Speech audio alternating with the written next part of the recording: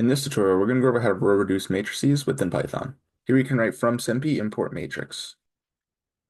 Now here we're going to define our matrix. So we're going to set it to A, and we could do matrix, and now we're going to write it as a list. So we're going to do 2, 3, space out the first list, and now define the second list as 1, 4. Now here you can see we have our matrix function, and within it, we have 2 separate lists within one list.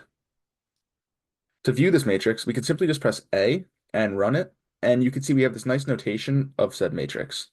Now, if you're using a .py, you may have to use the display function, as since this is a notebook, it just allows me to not write print or display, etc.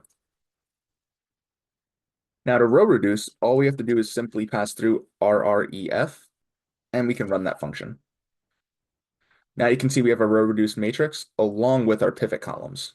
To get rid of the pivot columns, we can simply set pivots equal to false.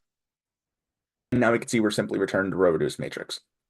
If we want to store both of these variables, we could say reduced, pivots equals a.rref parentheses. Same thing as the function up here, but we're just defining our 2 variables separately.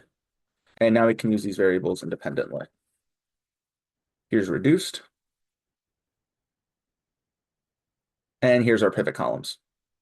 We could also use separate matrix notation like this.